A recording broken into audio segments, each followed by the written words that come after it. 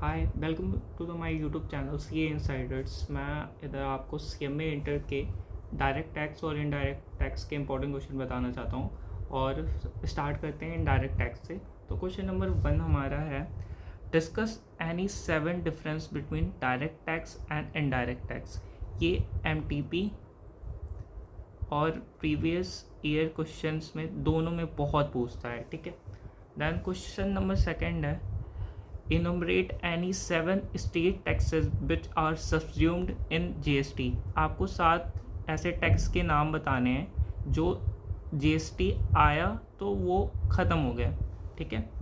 Then question number 3 आपको बताना है, provisions related to the constitutions and functioning of GST council.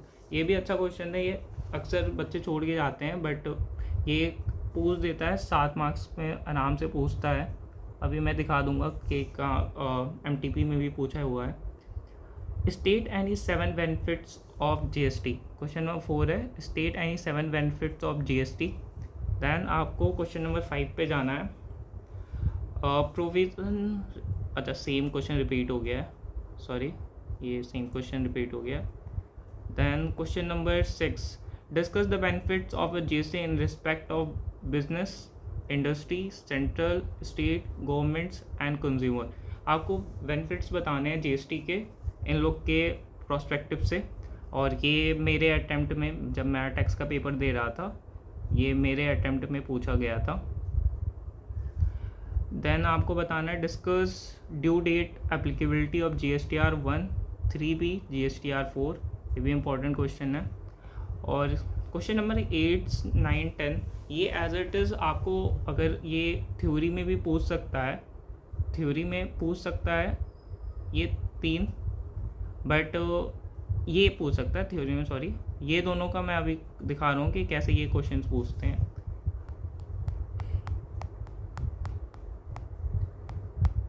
एक second, हाँ, ये देखिए, ये क्वेश्चन नंबर 7 दिया आपको, सीधे से एक क्वेश्चन पूछ देगा कि ये whether he is applicable for the composition levy scheme और नॉट, ठीक है। ये क्वेश्चन दे दिया, इससे मतलब सॉल्विंग वाला पूछ देगा आपको। बेसिकली पहले कंपोजिशन लेवी स्कीम का थोड़ा सा थ्योरी पार्ट लिख लेना है, उसके बाद उसके बेसिस पे इसको आंसर करना है, ठीक है। दैन क्वेश्चन नंबर B में आ जाता है, आपको वही पूछ देगा कि वैल्यू ऑफ टैक्सेबल सप्लाई बताइए। और उसके बाद आपको नेट GST पेबल पूछ देगा कि आपका ये आउटपुट GST इतना है, ओपनिंग ITC इतना है। ये देखो, ऐसे क्वेश्चन 60 मार्क्स के देते हैं। ये इसके रूल्स आपको पहले आराम से क्या करना होगा, आपको रूल लिख देना होगा, ठीक है। आंसर स्टार्ट करने से पहले रूल देना क्या है कि IGST का मतलब अपने आप को सेट ऑफ कर लेता है, उसके बाद ये इसको इन दोनों का भी सेट ऑफ हो जाएगा उससे। देन ये अपने प्रपोर्शन में होते हैं सेट ऑफ, ये 37 से ये 24 सेट ऑफ हो जाएगा, बाकी 14 बच्चा, 14 से ये सेट ऑफ 1000 यहाँ, तो ये 13 सेट ऑफ हो जाएगा, ये 2 सेट ऑफ हो जाएगा, ऐसे आपको बता देना है। और लास्ट एक क्वेश्चन आता है कि कस्टम ड्यूटी का, एक 7 मार्क्स का। अगर आपको कस्टम ड्यूटी आता है तो भाई ये अटेम्प्ट करना, नहीं तो कस्टम ड्यूटी मतलब उतने कुछ क्वेश्चंस नहीं आते हैं, छोटा चैप्टर भी है।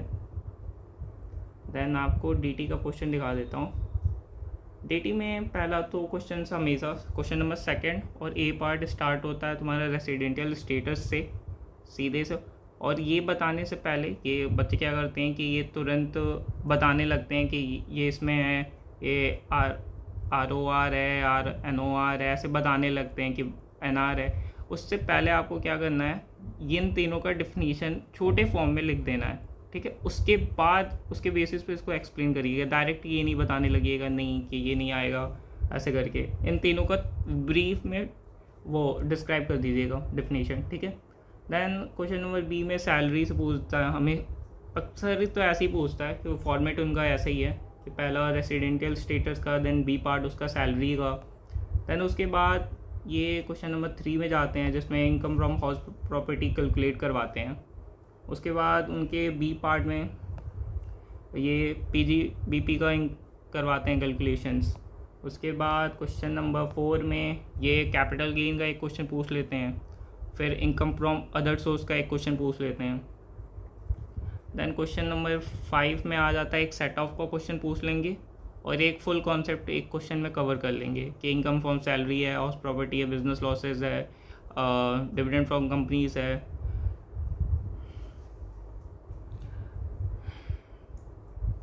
ऐसा ही हो, ये देखिए ये जीएसटी का मैं बता रहा था ना, ये और डायरेक्ट टैक्स इनडायरेक्ट टैक्स का, ये जीएसटी का सब्सिड्यूम हो गए हैं जो टैक्सेस देख लीजिए आप यहाँ पे, ये सारे सब्सिड्यूम्ड हैं। ठीक है, यही बस बताना था। बस ये और जीएसटी में इतना थ्योरी में इम्पॉर्टेंट है, बाकी तो आपको ये वाले portions composition levy, schemes, valuable taxable supply और नेट जीएसटी पेबल्स, इसके तो आपको मतलब प्रोविज़न तो याद आने चाहिए। अगर क्वेश्चन आप अटेम्प्ट करेंगे तो मिला के 21 मार्क्स का क्वेश्चन तो कंफर्म है इससे। तो ये 8 क्वेश्चन पढ़ लीजिएगा थ्योरी के लिए, जिसमें से 21 मार्क्स के ये भी आ जाएंगे थ्योरी में एंड 21 के ऑप्शंस में ये भी आ जाएंगे, ये तीन। तो उसके हिसाब से आप प्लानिंग कर लीजिएगा कि आपको थ्योरी पे ज़्यादा फोकस करना है कि इस पे करना। मैं तो कह रहा हूँ यार ये 7 क्वेश्चंस आप कर लें, उसके बाद थ्योरी तो आप किए होंगे इतने देर से पढ़ रहे हैं, तो ये इस पे न्यूमेरिकल पे फोकस कर लीजिएगा। एक कस्टम ड्यूटी का क्वेश्चन भी आता है। ठीक है, थैंक यू।